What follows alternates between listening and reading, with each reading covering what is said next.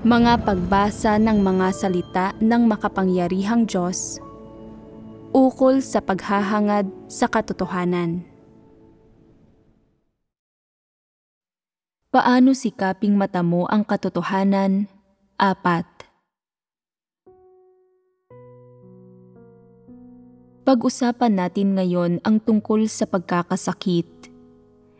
Pagdating sa matandang laman na ito ng tao, hindi mahalaga kung ano ang magiging sakit ng mga tao, kung maaari ba silang gumaling, o kung gaano sila magdurusa. Hindi sila ang magpapasya sa mga bagay na ito. Lahat ito ay nasa mga kamay ng Diyos. Kapag ikaw ay nagkasakit, kung magpapasakop ka sa mga pamamatnugot ng Diyos, at magiging handa kang tiisin at tanggapin ang katunayang ito, mananatili ka pa ring may ganitong sakit. Kung hindi mo naman tatanggapin ang katunayang ito, hindi mo pa rin maiwawaksi ang sakit na ito. Ito ay isang katunayan. Pwede mong harapin ng positibo ang iyong sakit sa loob ng isang araw, o harapin ito ng negatibo sa loob ng isang araw.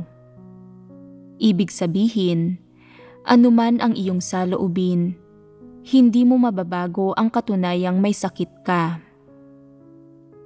Ano ang pinipili ng matatalinong tao? At ano ang pinipili ng mga hangal? Pipiliin ng mga hangal na tao na mamuhay sa pagkabagabag, pagkabalisa, at pag-aalala. Malulugmok pa nga sila sa mga damdaming ito at hindi na nila nanaisin pang umahon. Hindi sila nakikinig sa kahit anong payo na ibinibigay sa kanila at nagtatanong sila, paano ko ba nakuha ang sakit na ito? Ito ba ay dulot ng kapaguran? Ito ba ay dulot ng pag-aalala? O ito ba ay dulot ng pagpipigil? Araw-araw nilang iniisip kung paano sila nagkasakit at kung kailan ito nagsimula. Iniisip nila, bakit hindi ko napansin ito? Paano ako naging ganito kahangal at nagawa ko pang tapat na gampanan ang aking tungkulin? Ang ibang tao ay nagpapa-physical check-up taon-taon, at kahit papaano ay nagpapacheck sila ng presyon ng dugo at nagpapa-x-ray. Paanong hindi ko napagtanto na kailangan kong magpa-check up ng katawan? Ang ibang tao ay namumuhay ng napakaingat. Bakit wala akong kaingat-ingat na mamuhay? Nagkasakit ako ng ganito at hindi ko man lang ito nalaman. Kailangan kong ipagamot ang sakit na ito. Ano ang maaari kong ipanggamot? Pagkatapos, nagsasaliksik sila sa internet para malaman kung paano nila nakuha ang sakit na ito, kung ano ang nagsanhi nito, kung paano ito gamutin gamit ang Chinese medicine, kung paano ito gamutin gamit ang Western medicine, at kung ano ang mga tradisyonal na gamot para dito. Sinasaliksik nila ang lahat ng ito. Pagkatapos, umiinom sila ng Chinese medicine at ng Western medicine sa bahay. Palaging seryoso, nababalisa, at hindi mapalagay sa kanilang pagkakasakit. At sa paglipas ng panahon, tumitigil sila sa pagganap ng kanilang tungkulin. Itinatapon nila ang kanilang pananampalataya sa Diyos. Tumitigil sila sa pananalig at iniisip na lamang nila kung paano gagamutin ang kanilang sakit. Ang kanilang tungkulin na ngayon ay ang gamutin ang kanilang sakit. Nilalamon sila ng kanilang sakit. Araw-araw silang nababagabag sa kanilang pagkakasakit. At kapag nakikita nila ang sinuman, sinasabi nila, nagkasakit ako ng ganito dahil sa ganitong bagay. Gawin mong aral itong nangyari sa akin, at kapag nagkasakit ka, Dapat kang magpa-check up at magpagamot. Ang pangangalaga sa iyong kalusugan ang pinakamahalaga. Dapat kang maging matalino at hindi ka dapat mamuhay ng masyadong walang ingat. Sinasabi nila ang mga ito sa lahat ng nakakasalamuhan nila. Sa pagkakasakit nila, nagkakaroon sila ng ganitong karanasan at natututunan nila ang leksyong ito. Sa sandaling magkasakit sila, nag-iingat na sila sa pagkain at paglalakad at natututunan nila kung paano alagaan ang kanilang sariling kalusugan. Sa huli, nakakabuo sila ng konklusyon. Ang mga tao ay dapat umasa sa kanilang sarili upang alagaan ang kanilang sariling kalusugan. Hindi ko masyadong binigyang pansin ang pangangalaga sa aking kalusugan nitong mga huling taon. At sa sandaling hindi ko ito pinagtuunan ng pansin ay nagkasakit ako. Buti na lang, natuklasan ko ito ng maaga. Kung huli na nang matuklasan ko ito, katapusan ko na sana. Masyadong malas ang magkasakit at mamatay ng maaga. Hindi ko pa natatamasa ang buhay. Napakarami pang masasarap na pagkain na hindi ko pa natitikman at napakarami pang masasayang lugar na hindi ko pa napupuntahan. Nagkakasakit sila at ito ang kanilang nagiging konklusyon. Sila ay nagkakasakit ngunit hindi namamatay at inaakala nilang matalino sila at nanaagapan nila ang sakit. Hindi nila kailanman sinasabi na lahat ito ay nakasalalay sa kataas-taasang kapangyarihan ng Diyos at pauna ng itinakda ng Diyos, at na kung ang isang tao ay hindi pa dapat mamatay, kahit gaano pa kalubha ang sakit na tumama sa kanya, hindi pa rin siya mamamatay, at na kung ang isang tao ay dapat nang mamatay, mamamatay siya kahit pa hindi siya magkasakit. Hindi nila ito nauunawaan.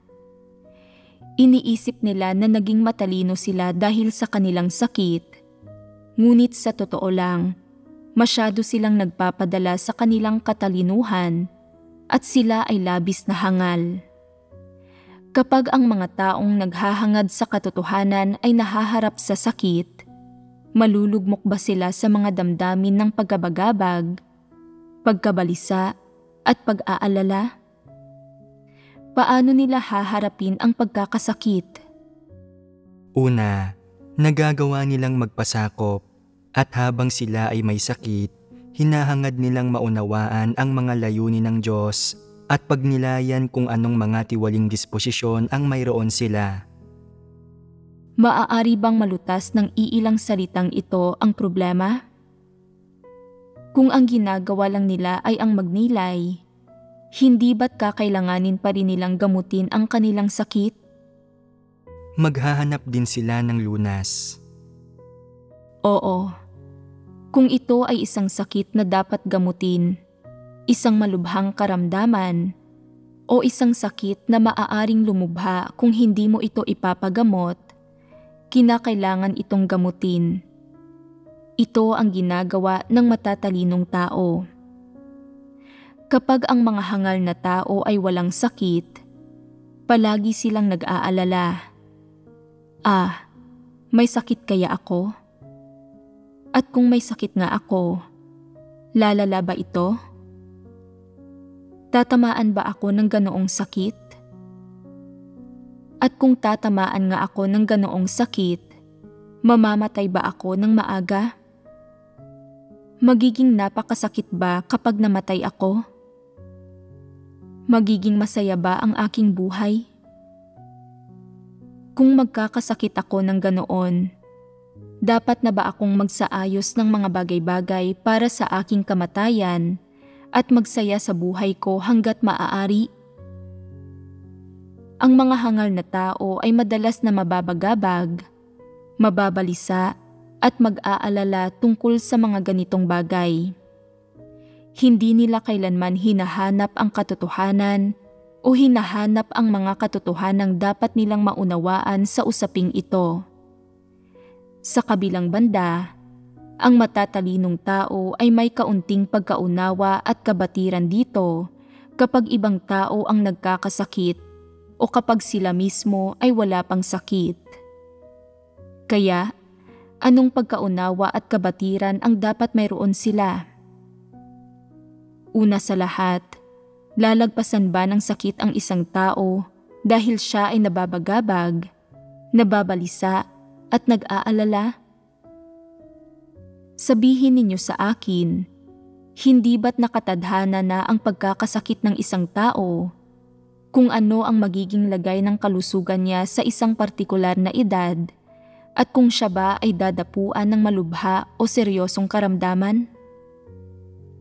Sinasabi ko sa iyo, nakatadhana na nga iyon at tiyak na iyon.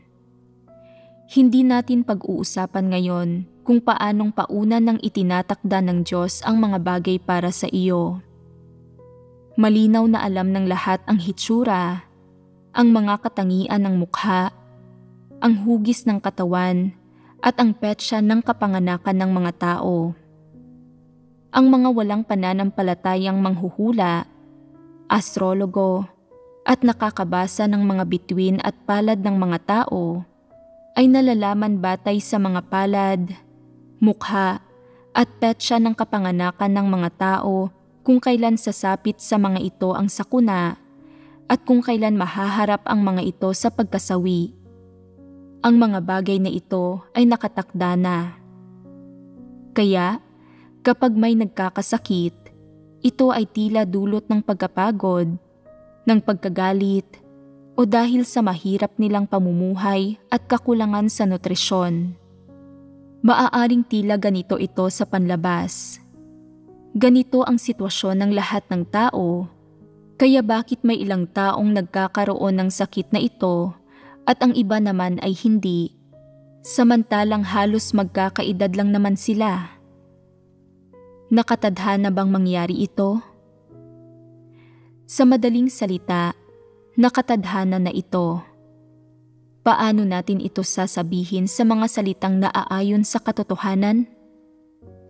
Ang lahat ng ito ay nasa ilalim ng kataas-taasang kapangyarihan at mga pagsasaayos ng Diyos. Kaya naman, anuman ang iyong pagkain, inumin, tirahan, at kapaligirang pinamumuhayan, walang kinalaman ang mga ito sa kung kailan ka magkakasakit o kung ano ang sakit na dadapo sa iyo.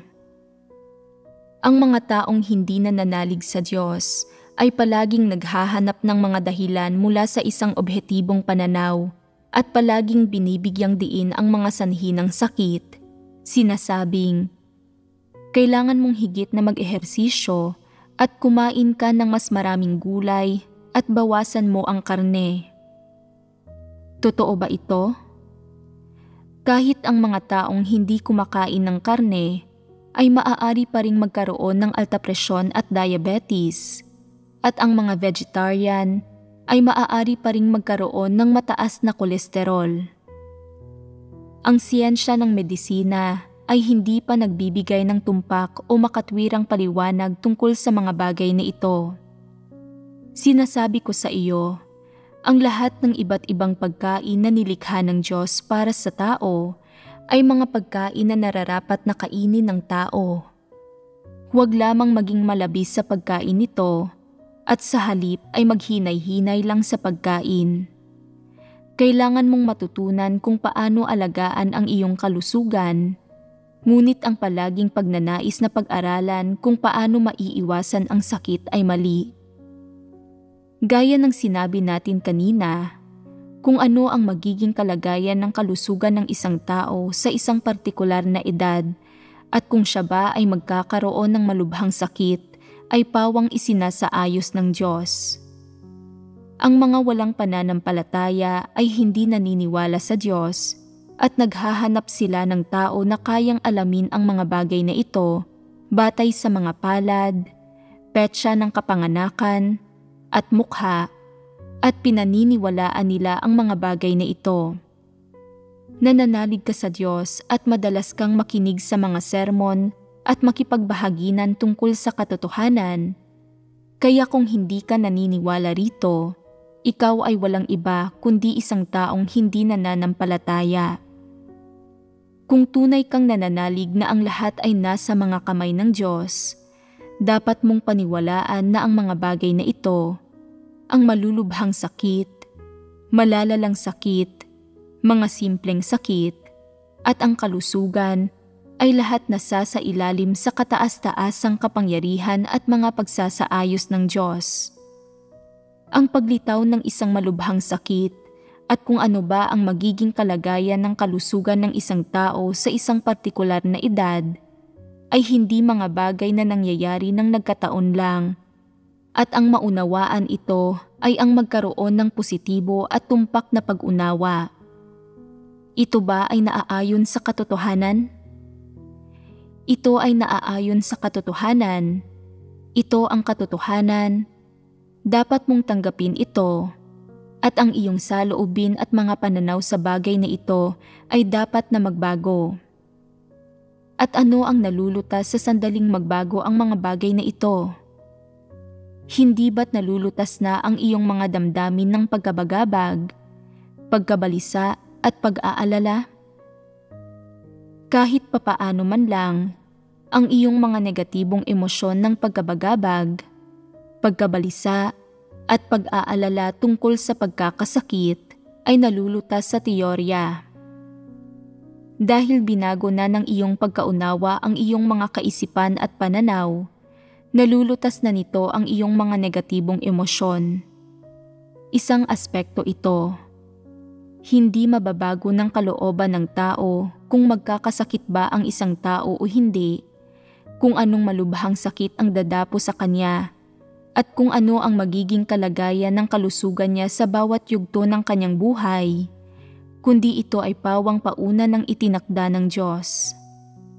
May ilang nagsasabi, kung gayon, ayos lang ba kung ayaw kong magkasakit? Ayos lang ba kung hihilingin ko sa Diyos na alisin ang aking sakit?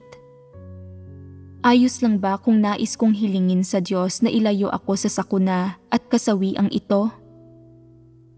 Ano sa tingin ninyo? Ayos lang ba ang mga bagay na ito? Hindi.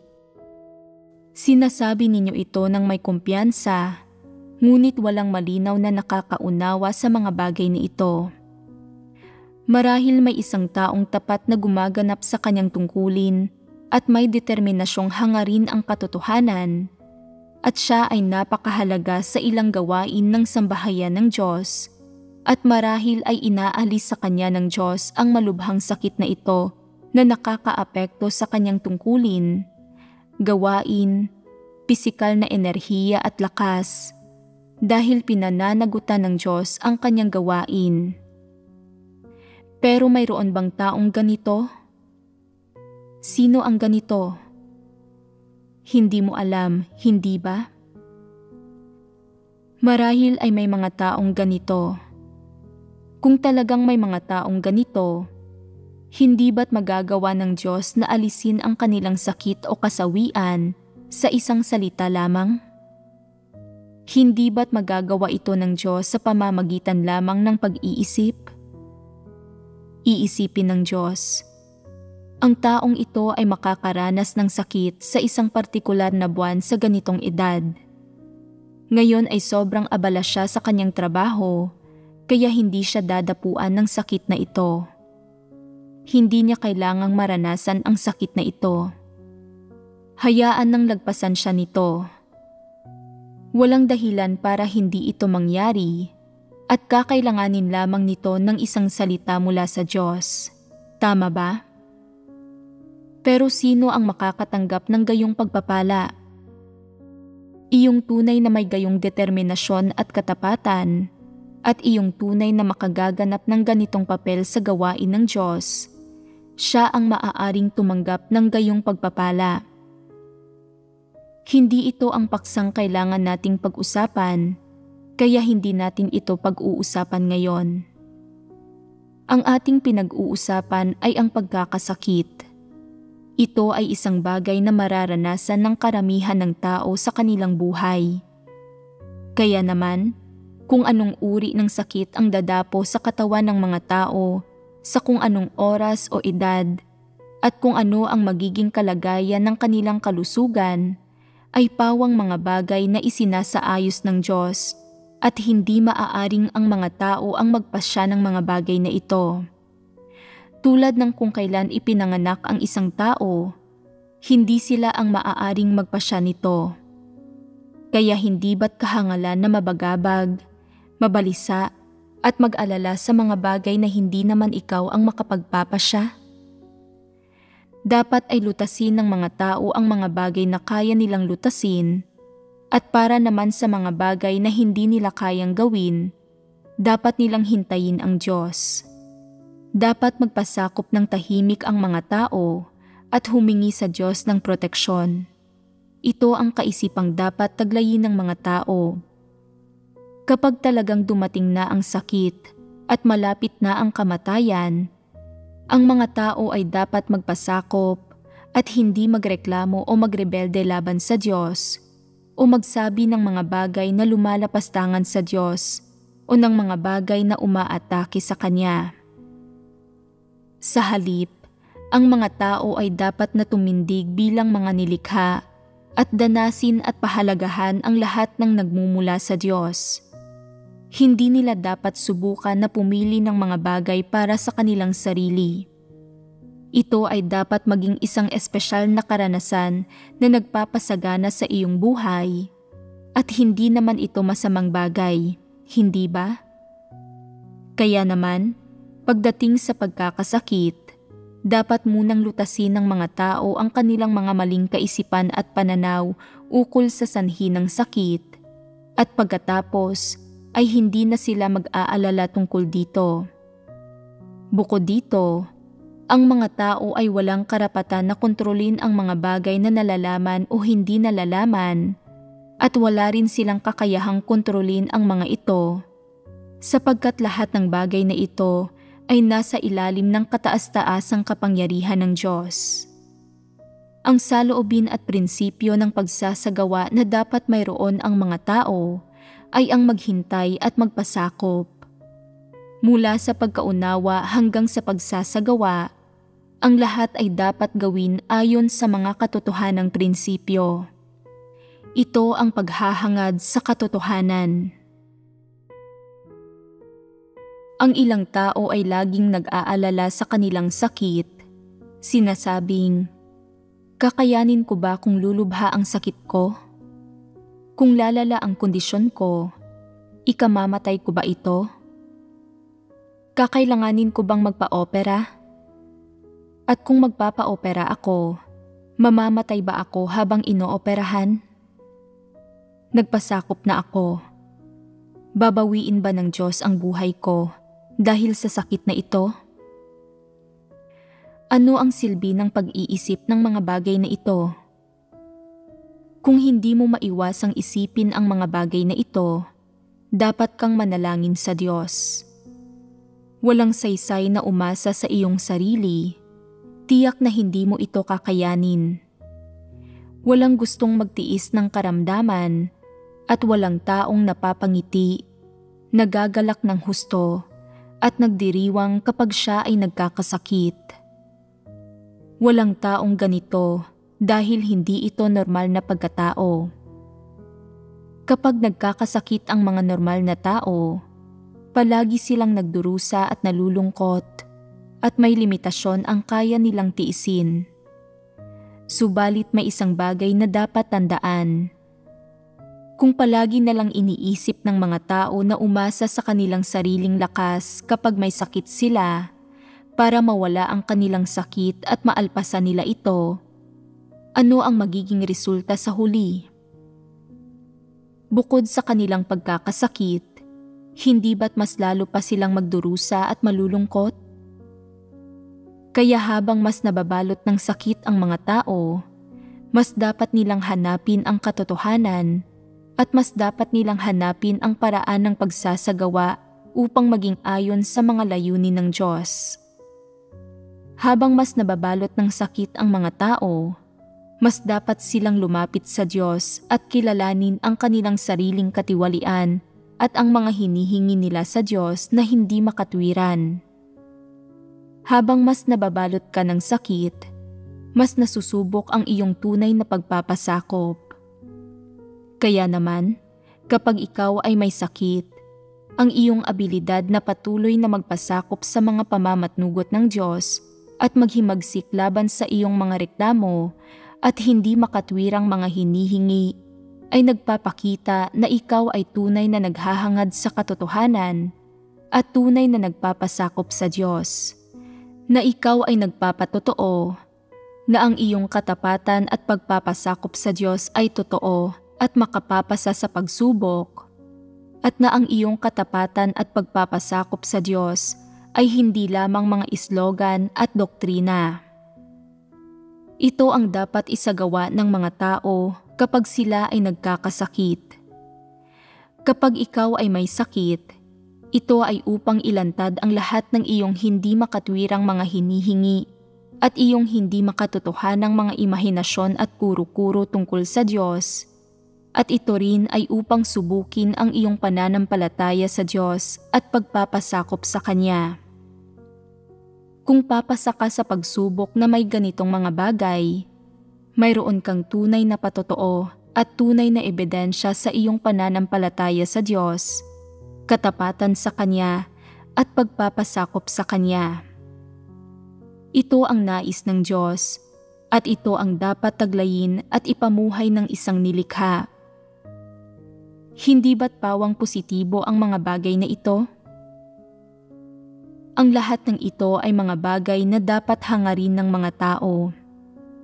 Bukod dito, kung tinutulutan ka ng Diyos na magkasakit, hindi ba't maaari din niyang bawiin ang iyong sakit anumang oras at saan mang lugar?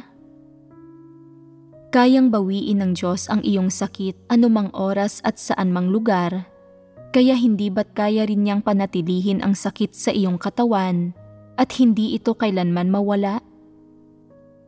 At kung idudulot ng Diyos na hindi mawala ang mismong sakit na ito sa iyo kailanman, magagampanan mo pa ba ang iyong tungkulin? Kaya mo bang panatilihin ang iyong pananampalataya sa Diyos? Hindi ba't ito ay isang pagsubok? Kung ikaw ay magkakasakit at gagaling pagkatapos ng ilang buwan, hindi na susubok ang iyong pananampalataya sa Diyos at ang iyong katapatan at pagpapasakop sa Kanya at ikaw ay walang patotoo. Madaling magtiis ng sakit sa loob ng ilang buwan, ngunit kung ang iyong sakit ay magtatagal ng 2 o 3 taon, at ang iyong pananampalataya at ang iyong pagnanais na maging mapagpasakop at tapat sa Diyos ay hindi magbabago, bagkus ay lalo pang ang magiging totoo, hindi ba't ito ay nagpapakita na ikaw ay lumago na sa buhay? Hindi ba't ikaw ang aani nito? Kaya, habang ang isang taong tunay na naghahangad sa katotohanan ay may sakit, siya ay sumasailalim at personal na dumaranas ng maraming pakinabang na dulot ng kanyang pagkakasakit. Hindi siya balisang nagsisikap na maalpasan ang kanyang karamdaman o nag-aalala kung ano ba ang magiging resulta kung magtatagal ang kanyang karamdaman, kung anong mga problema ang idudulot nito, kung lalala ba ito, o kung mamamatay ba siya. Hindi siya nag-aalala sa mga bagay na ito. Bukod sa hindi siya nag-aalala sa mga bagay na ito, nagagawa niyang makapasok ng positibo at magkaroon ng tunay na pananampalataya sa Diyos at maging tunay na mapagpasakop at tapat sa Kanya.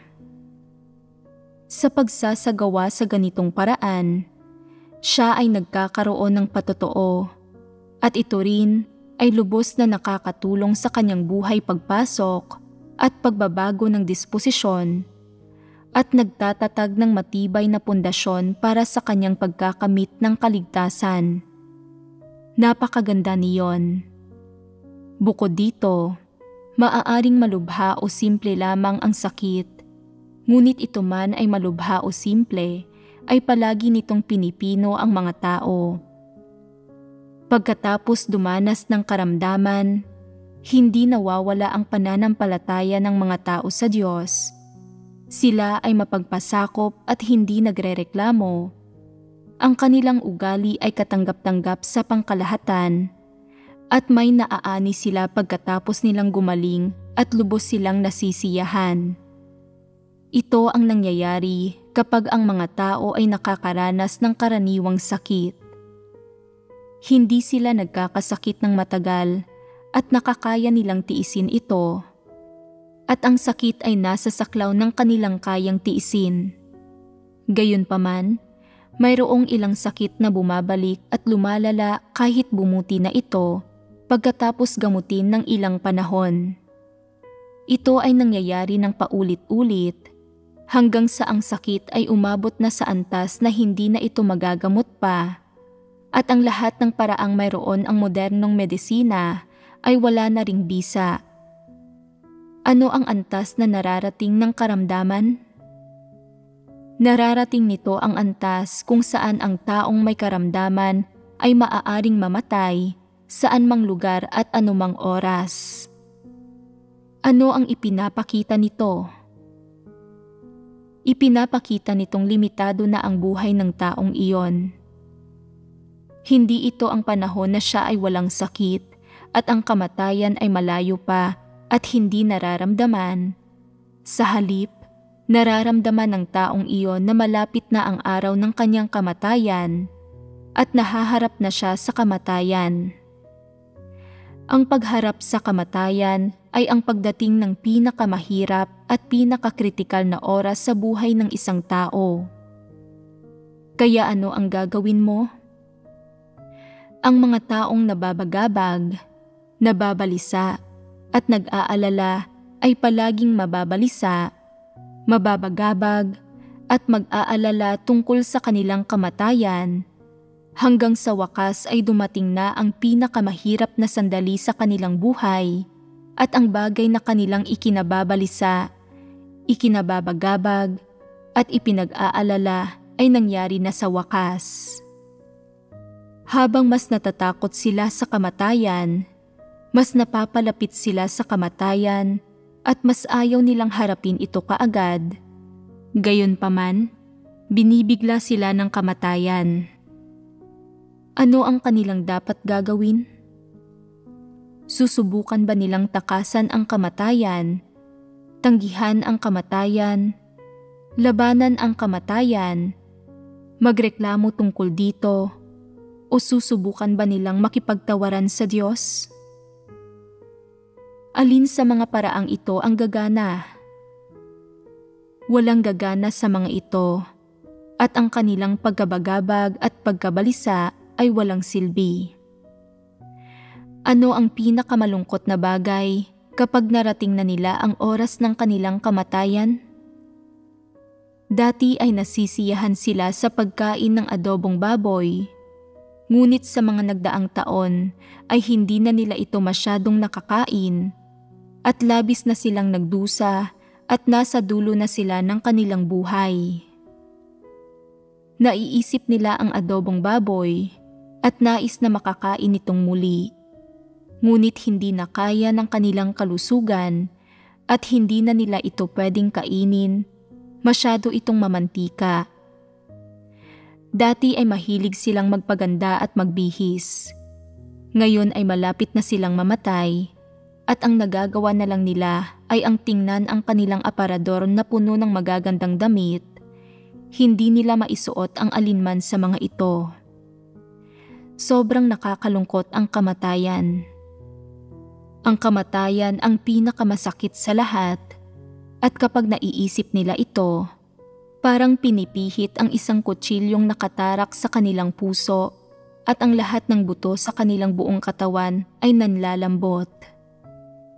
Kapag naiisip nila ang kamatayan, nagdadalamhati sila at gusto nilang umiyak, gusto nilang humagulgol, at naiiyak nga sila, humahagulgol nga sila, at nasasaktan sila na malapit na nilang harapin ang kamatayan. Iniisip nila, bakit ba ayaw kong mamatay? Bakit ba labis akong natatakot sa kamatayan? Noong hindi pa malubha ang karamdaman ko, hindi ko naiisip na nakakatakot ang kamatayan. Sino ba ang hindi mahaharap sa kamatayan? Sino bang hindi mamamatay? Sige, hayaan ninyo akong mamatay. Kung iisipin ito ngayon, hindi pala iyon ganoon kadaling sabihin, at kapag dumating na nga ang kamatayan, hindi ito ganoon kadaling lutasin. Bakit ba ako labis na nalulungkot? Nalulungkot ba kayo kapag naiisip ninyo ang kamatayan? Tuwing naiisip ninyo ang kamatayan, nalulungkot kayo at nasasaktan, at ang bagay na ito na nagdudulot sa inyo ng labis na pagkabalisa at pag-aalala ay dumating na sa wakas. Kaya habang mas nag-iisip kayo ng ganito, mas lalo kayong natatakot.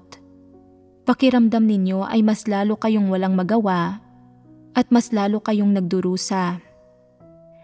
Ang inyong puso ay walang kapanatagan at ayaw ninyong mamatay. Sino ang makakalutas sa isyu na ito ng kamatayan? Wala, at tiyak na hindi ninyo ito malulutas. Ayaw ninyong mamatay, kaya ano ang magagawa ninyo? Kailangan pa rin ninyong mamatay at walang makakatakas sa kamatayan. Sinusukol ng kamatayan ang mga tao.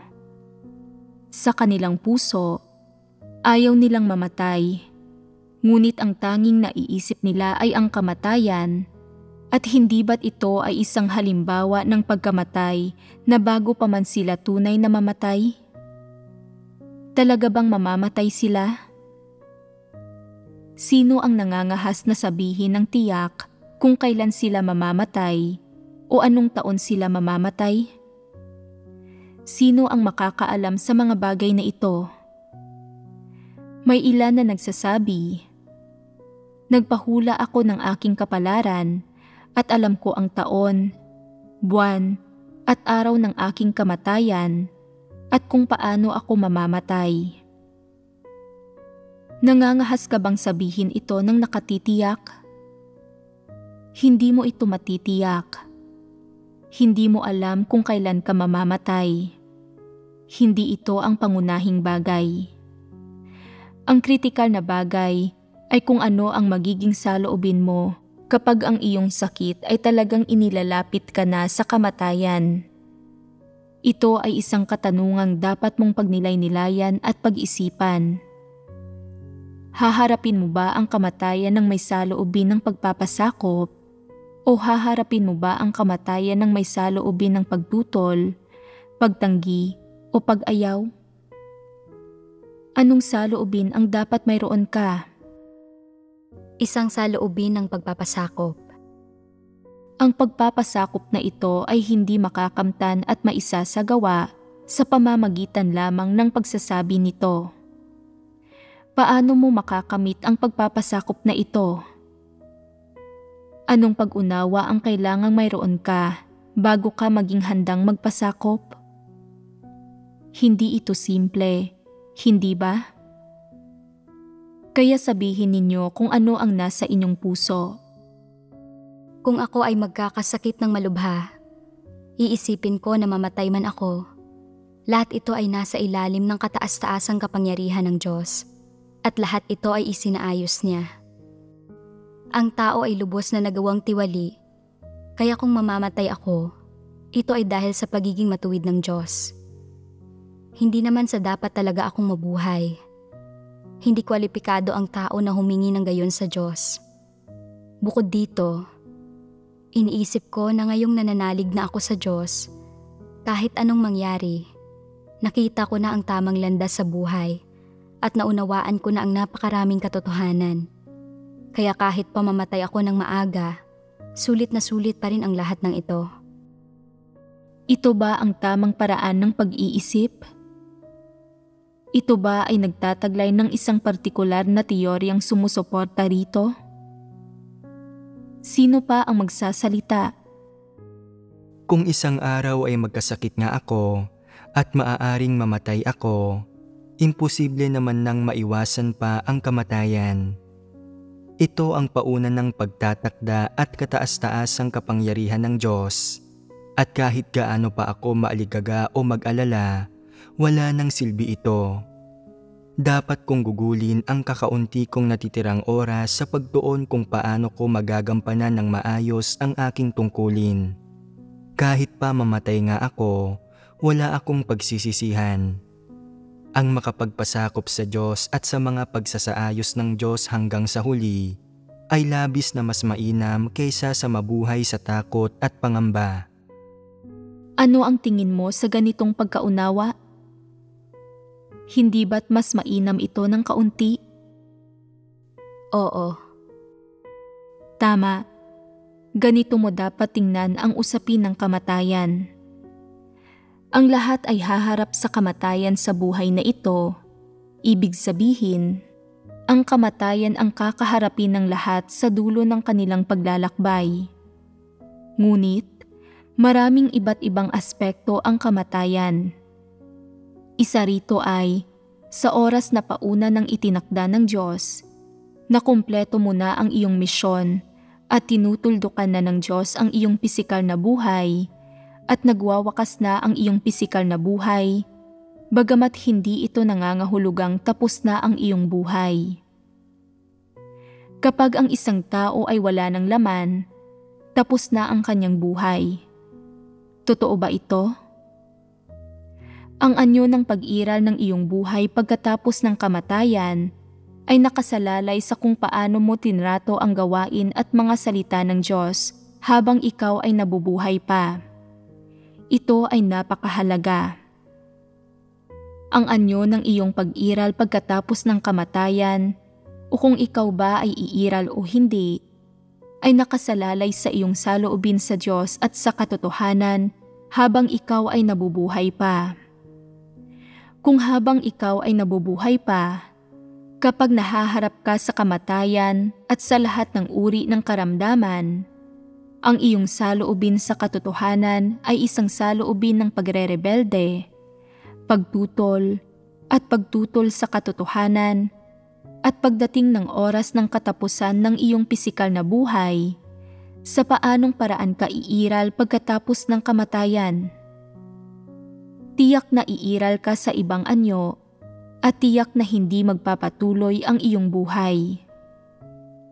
Sa kabaligtaran, kung habang ikaw ay nabubuhay pa, kapag may kamalayan ka sa laman, ang iyong saloobin sa katotohanan at sa Diyos ay isang saloobin ng pagpapasakop at katapatan at mayroon kang tunay na pananampalataya. Kahit na matapos ang iyong pisikal na buhay, ang iyong buhay ay patuloy na iiral sa ibang anyo sa ibang mundo. Ito ay isang paliwanag ng kamatayan. Mayroon pang isang bagay na dapat tandaan at iyon ay na ang usapin ng kamatayan ay may kalikasang katulad ng sa iba pang mga bagay. Hindi ang mga tao ang magdedesisyon para sa sarili nila at lalong hindi ito mababago ng kalooban ng tao. Ang kamatayan ay katulad ng anumang mahalagang pangyayari sa buhay. Ito ay lubos na nasa ilalim ng paunang pagtatakda at kataas-taasang kapangyarihan ng lumikha. Kung may magmamakaawa na siya ay mamatay na, maaaring hindi siya mamatay. Kung magmamakaawa siyang mabuhay pa, maaaring hindi siya mabuhay. Lahat ito ay nasa ilalim ng kataas-taasang kapangyarihan at paunang pagtatakda ng Diyos, at ito ay binabago at pinagpapasyahan ng awtoridad ng Diyos, ng matuwid na disposisyon ng Diyos, at ng kataas-taasang kapangyarihan at mga pagsasaayos ng Diyos. Kaya nga, kung sakaling ikaw ay magkasakit ng malubha, ng nakamamatay na sakit, hindi tiyak na ikaw ay mamamatay. Sino ang nagdedesisyon kung mamamatay ka ba o hindi? Ang Diyos ang nagdedesisyon. At dahil ang Diyos ang nagdedesisyon at hindi kayang pagdesisyonan ng tao ang gayong bagay, ano ang ikinababalisa at ikinababagabag ng mga tao? Parang kung sino lang ang mga magulang mo at kung kailan at saan ka ipinanganak. Hindi mo rin mapipili ang mga bagay na ito. Ang pinakamatalinong gawin sa mga bagay na ito ay ang hayaan itong tumakbo ng natural, ang magpasakop at huwag pumili, huwag gumugol ng anumang kaisipan o lakas sa bagay na ito at huwag mabagabag, mabalisa o mag-alala tungkol dito. Dahil hindi kayang pumili ng mga tao para sa kanilang sarili, ang pagugol ng maraming lakas at kaisipan sa bagay na ito ay kahangalan at kawalan ng karunungan. Ang dapat gawin ng mga tao kapag nahaharap sa napakahalagang usapin ng kamatayan ay ang hindi mabagabag o maligalig o mangamba dahil dito. Kundi ano? Ang mga tao ay dapat maghintay. Tama ba? Oo. Tama? Ang paghihintay ba ay nangangahulugan ng paghihintay sa kamatayan? Paghihintay na mamatay habang nahaharap sa kamatayan? Tama ba iyon? Hindi. Dapat positibo itong harapin ng mga tao at sila ay magpasakop. Tama. Hindi ito nangangahulugan ng paghihintay sa kamatayan. Huwag kang matakot sa kamatayan at huwag mong gamitin ang iyong buong lakas sa pag-iisip ng kamatayan. Huwag mong isipin buong araw, mamamatay ba ako? Kailan ako mamamatay? Ano ang gagawin ko pagkatapos kong mamatay? Huwag mo na itong isipin pa. May ilang nagsasabi, bakit hindi ko ito pag-iisipan? Bakit hindi ko ito pag-iisipan kapag malapit na akong mamatay? Dahil hindi alam kung mamamatay ka ba o hindi, at hindi alam kung pahihintulutan ka ba ng Diyos na mamatay. Ang mga bagay na ito ay hindi batid.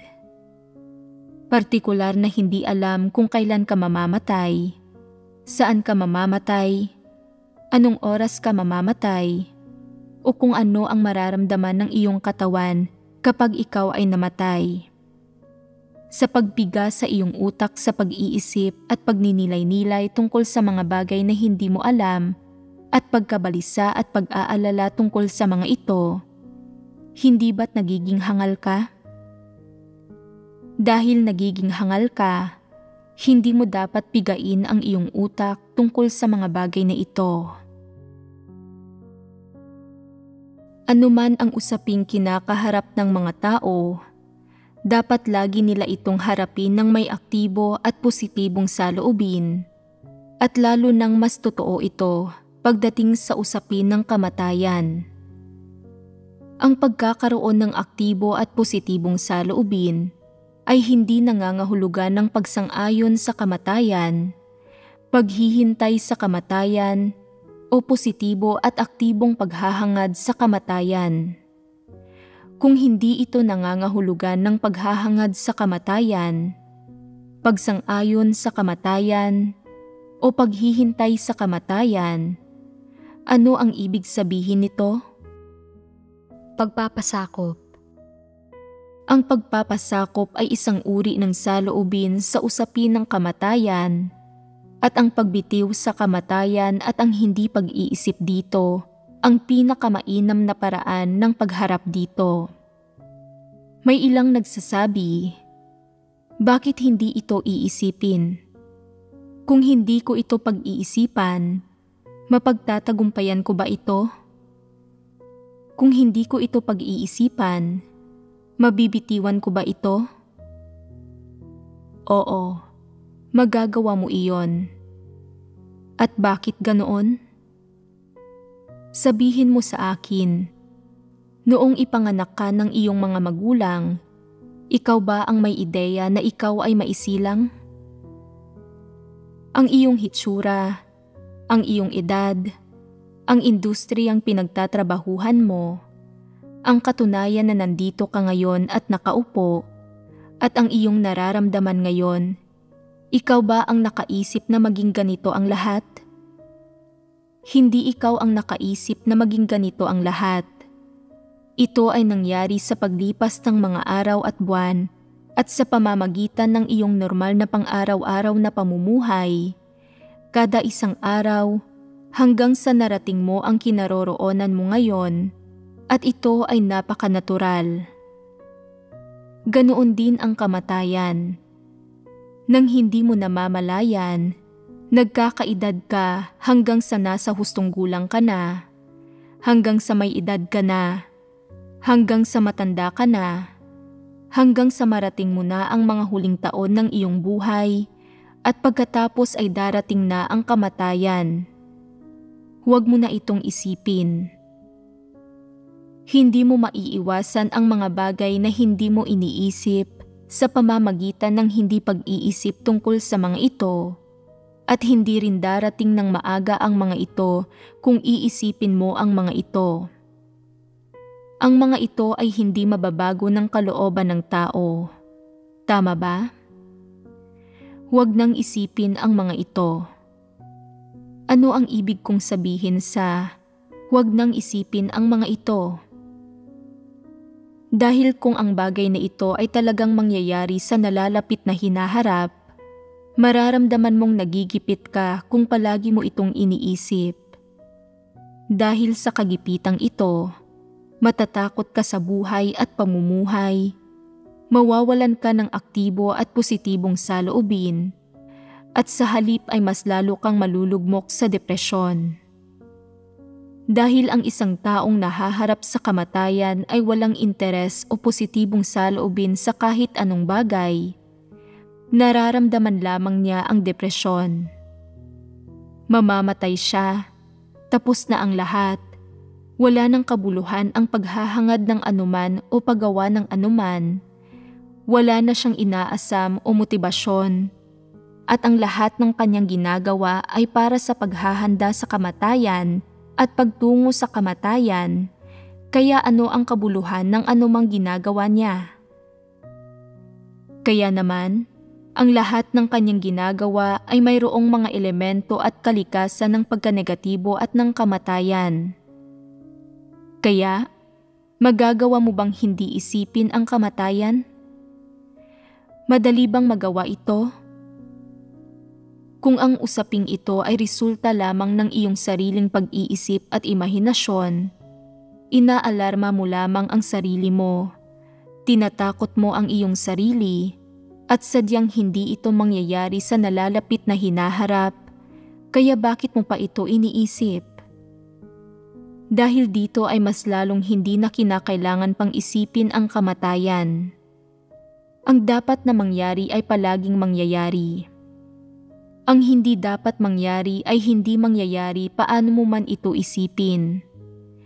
Walang silbi ang katakutan ito, gayon din ang alalahanin ito. Hindi maiiwasan ang kamatayan sa pamamagitan ng pag-aalala dito, at hindi ka nito lalagpasan dahil lang sa natatakot ka rito. Kaya naman, ang isang aspekto ay na dapat mong bitiwan ang usapin ng kamatayan mula sa iyong puso, at huwag mo na itong ituring na mahalaga.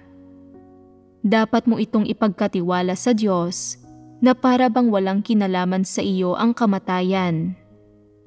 Ito ay isang bagay na isinasaayos ng Diyos, kaya hayaan mo ang Diyos na isaayos ito. Hindi ba't nagiging simple ito kung gayon? Ang isa pang aspekto ay na dapat mayroon kang aktibo at positibong saloobin tungkol sa kamatayan. Sabihin mo sa akin, sino sa bilyon-bilyong tao sa mundo ang labis na pinagpala na makarinig ng napakaraming salita ng Diyos, na makaunawa ng napakaraming katotohanan ng buhay, at makaunawa ng napakaraming misteryo? Sino sa kanila ang personal na nakakatanggap ng patnubay ng Diyos, ng panustos ng Diyos, ng kanyang pag-aalaga at proteksyon? Sino ang lubos na pinagpala? Iilan-ilan lamang. Kaya naman, kayong kakaunti na nakakapamuhay sa sambahayan ng Diyos ngayon, nakakatanggap ng kanyang kaligtasan at nakakatanggap ng kanyang panustos. Dahil sa mga ito ay nagiging sulit ang lahat kahit pamamatay kayo ngayon din. Kayo ay labis na pinagpala, hindi ba? Kung titingnan ito mula sa perspektibang ito, hindi dapat matakot ng sobra ang mga tao sa usapin ng kamatayan at hindi rin sila dapat malimitahan nito. Kahit na hindi mo pa natatamasa ang anuman sa kaluwalhatian at kayamanan ng mundo, natanggap mo naman ang habag ng lumikha at narinig ang napakaraming salita ng Diyos. Hindi ba't kasiya-siya ito? Ilang taon ka mang mabuhay sa buhay na ito, lahat ito ay sulit at wala kang pagsisisihan dahil palagi mong ginagampanan ang iyong tungkulin sa gawain ng Diyos. Naunawaan mo ang katotohanan, naunawaan mo ang mga misteryo ng buhay, at naunawaan mo ang landas at mga layunin na dapat mong hangarin sa buhay. Napakarami mo nang natamo. Namuhay ka ng makabuluhan. Kahit pa hindi mo ito maipaliwanag ng napakalinaw, nakapagsasagawa ka ng ilang katotohanan at nagtataglay ka ng kaunting realidad, at iyon ay nagpapatunay na mayroon ka ng natamong ilang panustos sa buhay at naunawa ang ilang katotohanan mula sa gawain ng Diyos. Napakarami mo nang natamo. Napakasagana nito at iyon ay isang napakalaking pagpapala. Sa buong kasaysayan ng tao, walang sino man sa lahat ng kapanahunan ang nakatamasa ng pagpapalang ito, ngunit natatamasa ninyo ito. Handa na ba kayong mamatay ngayon?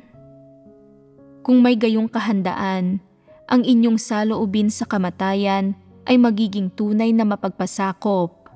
Tama ba? Ang isang aspekto ay na dapat mayroong tunay na pagkaunawa ang mga tao. Dapat silang makipagtulungan ng positibo at aktibo at tunay na magpasakop at dapat silang magkaroon ng tamang saloobin sa kamatayan. Sa ganitong paraan, hindi ba't mababawasan ng malaki ang nararamdamang pagkabagabag, pagkabalisa at pag-aalala ng mga tao tungkol sa kamatayan? Mababawasan ng malaki ang mga ito.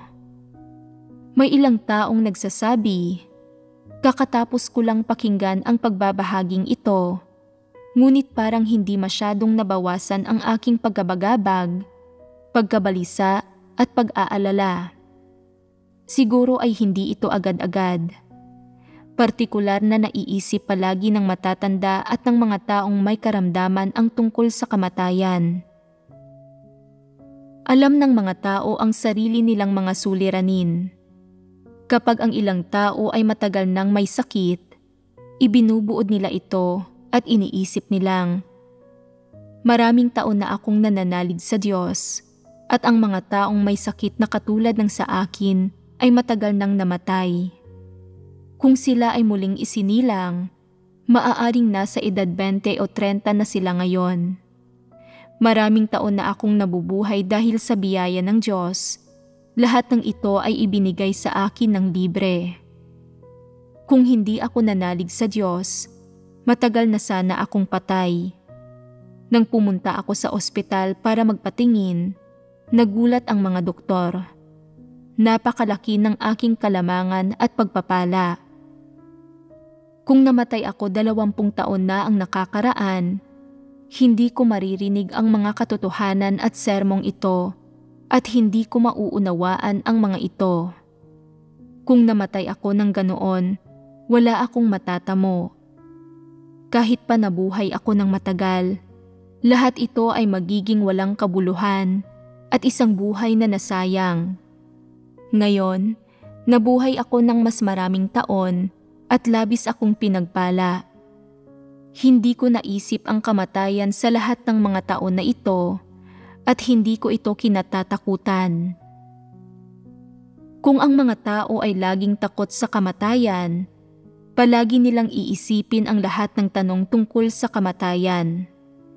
Kung ang mga tao ay hindi natatakot mamatay at hindi nangangamba sa kamatayan, Ipinapakita nito na sila ay sobra-sobra ng nagdusa at hindi natakot sa kamatayan. May ilang taong nagsasabi, kung ang isang tao ay hindi natatakot sa kamatayan, ibig sabihin ba nito ay hinahanap niya ang kamatayan? Hindi. Hindi tama iyan. Ang paghahanap sa kamatayan ay isang uri ng negatibong saloobin, isang uri ng saloobing mahilig umiwas, samantalang ang sinabi ko kanina tungkol sa hindi pag-iisip sa kamatayan ay isang objektibo at positibong saloobin.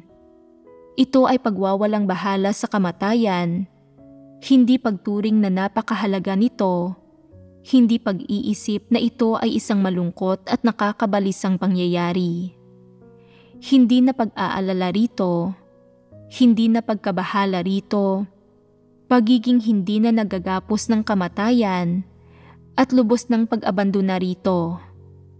Ang mga taong kayang gawin ito ay may kaunting personal na kaalaman at karanasan tungkol sa kamatayan.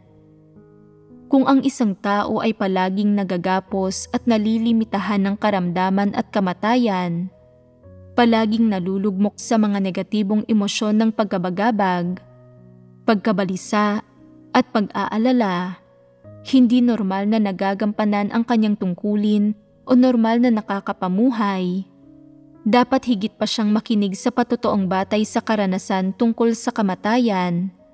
Dapat niyang tingnan kung paano ito dinaranas ng mga taong nagagawang hindi mabahala sa kamatayan at kung paano nila inuunawa ang kamatayan sa kanilang karanasan, at sa gayon ay makapagtatamo siya ng isang mahalagang bagay. Ang kamatayan ay isang problemang hindi madaling lutasin, at ito ang pinakamalaking suliranin ng tao. Kapag may nagsabi sa iyo, ang iyong mga tiwaling disposisyon ay napakalalim at ang iyong pagkatao ay hindi rin maganda. Kung hindi mo taimtim na hahangarin ang katotohanan at gagawa ka ng maraming masasamang bagay sa hinaharap, mapupunta ka sa impyerno at maparurusahan. Maaaring sumama ang loob mo ng ilang panahon pagkatapos niyon. Maaaring pag-isipan mo ito at gumaan ang iyong pakiramdam pagkatapos mong makatulog ng mahimbing at pagkatapos ay hindi na masyadong masama ang loob mo. Gayunpaman, kung ikaw ay magkakaroon ng nakamamatay na sakit at hindi ka na magtatagal, iyon ay isang bagay na hindi malulutas ng mahimbing na tulog at hindi ito mabibitiwan ng basta-basta. Kailangan mong kayanin ang usaping ito sa loob ng ilang panahon.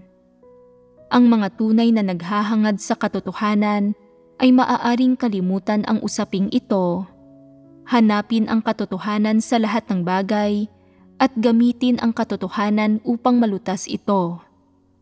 Walang problema na hindi nila malulutas. Ngunit kung gagamitin ng mga tao ang mga pamamaraan ng tao, sa huli ay palagi silang makakaramdam ng pagkabagabag, pagkabalisa at pag-aalala tungkol sa kamatayan. Kapag ang mga bagay ay hindi kayang lutasin, gumagamit sila ng mga sukdulang pamamaraan upang subukang lutasin ang mga ito. Ang ilang tao ay hinaharap ito ng may depresyon at pagkanegatibo. Sinasabing, mamamatay na lang ako kung gayon. Sino ba ang natatakot sa kamatayan? Pagkatapos mamatay, muli na lang akong isisilang at mabubuhay. Mapapatunayan mo ba ito? Naghahanap ka lang ng mga salitang makapagpapanatag sa iyo at hindi niyan malulutas ang problema. Ang lahat ng bagay at ang bawat bagay, nakikita man o hindi nakikita, material man o hindi material, ay kontrolado at pinamumunuan ng mga kamay ng lumikha. Walang makakakontrol sa kanyang sariling kapalaran at ang tanging saloobing dapat taglayin ng tao, sa sakit man o sa kamatayan, ay ang pag-unawa, pagtanggap at pagpapasakop. Hindi dapat umasa ang mga tao sa kanilang mga imahinasyon o kuro-kuro. Hindi sila dapat humanap ng paraan upang maalpasan ang mga bagay na ito, at mas lalong hindi nila dapat tanggihan o labanan ang mga ito. Kung pikit mata mong susubukang lutasin ang mga isyu ng sakit at kamatayan gamit ang iyong sariling mga pamamaraan, habang humahaba ang iyong buhay ay mas magdurusa ka. Mas lalo kang malulugmok sa depresyon at mas lalo mong mararamdamang nakakulong ka. Sa huli, kakailanganin mo pa ring tahakin ang landas ng kamatayan at ang iyong wakas ay talagang magiging katulad ng iyong kamatayan. Ikaw ay tunay na mamamatay. Kung magagawa mong aktibong hanapin ang katotohanan at ito man ay may kinalaman sa pag-unawa sa sakit na isinaayos ng Diyos para sa iyo o sa pagharap sa kamatayan, kung magagawa mong positibo at aktibong hanapin ang katotohanan, hanapin ang mga pamamatnugot, ang kataas-taasang kapangyarihan at ang mga pagsasaayos ng lumikha hinggil sa ganitong uri ng malaking pangyayari at makamit ang tunay na pagpapasakop, naaayon ito sa mga layunin ng Diyos. Kung aasa ka sa lakas at mga pamamaraan ng tao upang harapin ang lahat ng bagay na ito, at sisikapin mong malutas ang mga ito o matakasan ang mga ito, kahit hindi ka mamatay at pansamantala mong maiwasan ang suliranin ng kamatayan, dahil wala kang tunay na pag-unawa, pagtanggap, at pagpapasakop sa Diyos at sa katotohanan, kaya hindi ka makapagbigay ng patotoo sa usaping ito. Ang pangwakas na resulta ay na kapag ikaw ay muling naharap sa parehong issue, magiging malaking pagsubok pa rin ito para sa iyo. Posible pa ring ipagkanulo mo ang Diyos at ikaw ay bumagsak, at walang duda na ito ay magiging isang mapanganib na bagay para sa iyo. Kaya naman, kung talagang nahaharap ka ngayon sa sakit o kamatayan, hayaan mong sabihin ko sa iyo na mas mainam na samantalahin mo ang praktikal na sitwasyon na ito ngayon upang hanapin ang katotohanan at lutasin ang pinakaugat ng usaping ito, sa halip na hintayin mong tunay na dumating ang kamatayan, pero pagkatapos ay mabibigla ka lang din naman, hindi mo malalaman ang dapat gawin, malilito ka, at mararamdaman mong wala kang magagawa, kaya makagagawa ka ng mga bagay na pagsisisihan mo habang buhay. Kung may gagawin kang pagsisisihan o panghihinayangan mo, maaaring ikaw ay mapuksa dahil dito. Kaya nga, anuman ang issue, dapat lagi mong simulan ang iyong pagpasok ng may pag-unawang dapat mayroon ka tungkol sa usapin at ng may mga katotohanang dapat mong maunawaan. Kung palagi kang nababagabag, nababalisa at nag-aalala tungkol sa mga bagay tulad ng karamdaman at ikaw ay namumuhay ng nababalot ng mga ganitong uri ng negatibong emosyon, kailangan mo nang magsimula ngayon na hanapin ang katotohanan at lutasin ang mga problemang ito sa lalong madaling panahon. Ang mga negatibong emosyon tulad ng pagabagabag, pagkabalisa, at pag-aalala ay may kalikasan na katulad ng sa iba't iba pang uri ng mga negatibong emosyon.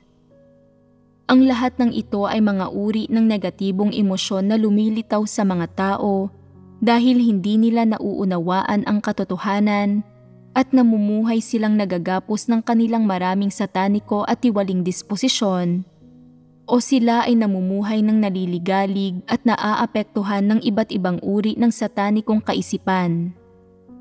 Ang mga negatibong emosyong ito ay nagsasanhi na palaging mamuhay ang mga tao ng may iba't ibang maling kaisipan at pananaw, at palaging makontrol ng iba't ibang maling kaisipan at pananaw na nakakaapekto at nakakahadlang sa kanilang paghahangad sa katotohanan. Siyempre, ang mga ganitong negatibong emosyon ng pagkabagabag, pagkabalisa at pag-aalala ay nakakagambala sa buhay ng mga tao, nagdidikta ng kanilang buhay, nakakaapekto sa kanilang paghahangad sa katotohanan at pinipigilan silang mahangad ang katotohanan. Kaya nga, bagamat ang mga negatibong emosyong ito ay mga simpleng emosyon lang kung tutuusin, hindi dapat baliwalain ang kanilang papel. Ang epekto ng mga ito sa mga tao at ang mga idinudulot ng mga ito sa paghahangad ng mga tao at sa landas na tinatahak nila ay mapanganib. Ano't anuman, kapag ang isang tao ay madalas na ginugulo ng iba't ibang uri ng negatibong emosyon, dapat agad niyang tuklasin at suriin kung bakit madalas lumitaw ang mga negatibong emosyong ito at kung bakit siya madalas na ginagambala ng mga negatibong emosyong ito. Gayon din, sa isang partikular na espesyal na kapaligiran, ang mga negatibong emosyong ito ay palaging manggagambala sa taong iyon at labis nagugulo sa kanyang paghahangad sa katotohanan. Ito ay mga bagay na dapat maunawaan ng mga tao. Kapag naunawaan na nila ang mga bagay na ito, ang susunod nilang dapat gawin ay pag-isipan kung paano hanapin at maunawaan ang katotohanan sa usaping ito. Sikaping huwag nang magambala at maapektuhan ng mga maling kaisipan at pananaw na iyon, at palitan ang mga iyon ng mga katotohanang prinsipyong itinuturo sa kanila ng Diyos. Kapag naunawaan na nila ang mga katotohanang prinsipyo, ang susunod nilang hakbang ay ang magsagawa ayon sa mga katotohanang prinsipyong itinuro sa kanila ng Diyos. Habang ginagawa nila ito, ang lahat ng kanilang negatibong emosyon ay unti-unting lilitaw upang guluhin sila. Pero paunti-unti ay isa-isang malulutas at makakapaghimagsik laban sa mga ito hanggang sa hindi nila mamamalayang na iwawaksin na nila ang lahat ng negatibong emosyong ito. Kaya, saan nakasalalay ang pagkalutas ng iba't ibang negatibong emosyon? Nakasalalay ito sa pagsusuri at pag-unawa ng mga tao sa mga ito. Nakasalalay ito sa pagtanggap ng mga tao sa katotohanan. At higit pa rito, nakasalalay ito sa paghahangad at pagsasagawa ng mga tao sa katotohanan. Hindi ba't gayon nga? Habang unti-unting hinahangad at isinasagawa ng mga tao ang katotohanan, unti-unting nalulutas at nabibitiwan ang lahat ng kanilang iba't ibang negatibong emosyon. Kaya, kung titingnan ito ngayon, alin sa tingin ninyo ang mas madaling bitiwan at lutasin? Ang iba't ibang negatibong emosyong ito o ang mga tiwaling disposisyon? Mas madaling lutasin ang mga negatibong emosyon. Sa palagay ninyo ay mas madaling lutasin ang mga negatibong emosyon? Magkakaiba ito sa bawat tao. Maaaring mas mahirap o mas madali ito kaysa sa iba. Depende ito sa tao. Ano't anuman, simula sa pagbabahaginan tungkol sa pagbitiw sa mga negatibong emosyon, nagdagdag tayo ng ilang nilalaman sa paghahangad ng mga tao ng pagbabago sa disposisyon, at iyon ay ang pagbitiw sa iba't ibang negatibong emosyon. Ang pagbitiw sa mga negatibong emosyon ay pangunahing ginagawa upang malutas ang ilang maling kaisipan at pananaw, samantalang ang paglutas ng mga tiwaling disposisyon ng isang tao ay nangangailangan ng pag-unawa sa diwa ng mga tiwaling disposisyon. Sabihin mo sa akin, alin ang mas madali? Ang paglutas sa mga negatibong emosyon o ang paglutas sa mga tiwaling disposisyon? Sa totoo lang, kapwa hindi madaling lutasin ang mga problemang ito. Kung talagang determinado ka at kaya mong hanapin ang katotohanan, alinmang problema ang subukan mong lutasin ay hindi magiging problema. Ngunit kung hindi mo hinahangad ang katotohanan at hindi mo nararamdaman kung gaano kalubha ang dalawang problemang ito, hindi magiging madali alinmang problema ang subukan mong lutasin. Pagdating sa mga negatibo at masasamang bagay na ito, Kailangan mong tanggapin ang katotohanan, isagawa ang katotohanan, at magpasakop sa katotohanan upang malutas ang mga ito at mapalitan ang mga ito ng mga positibong bagay. Ito palagi ang proseso at palagi nitong hinihingi na maghimagsik ang mga tao laban sa mga negatibong bagay at tanggapin ang mga positibo at aktibong bagay at ang mga bagay na naaayon sa katotohanan. Ang isang aspekto ay ang ayusin ang iyong mga kaisipan at pananaw, at ang isa pa ay ang ayusin ang iyong mga disposisyon. Ang isa ay ang lutasin ang iyong mga kaisipan at pananaw, at ang isa pa ay ang lutasin ang iyong mga tiwaling disposisyon. Siyempre, minsan ay lumilitaw ang dalawang bagay na ito ng sabay at sinasangkot ang isa't isa. Ano't anuman, ang pagbitiw sa mga negatibong emosyon ay isang bagay na dapat isagawa ng mga tao kapag hinahangad nila ang katotohanan. Tama, tapusin na natin dito ang pagbabahaginan ngayong araw.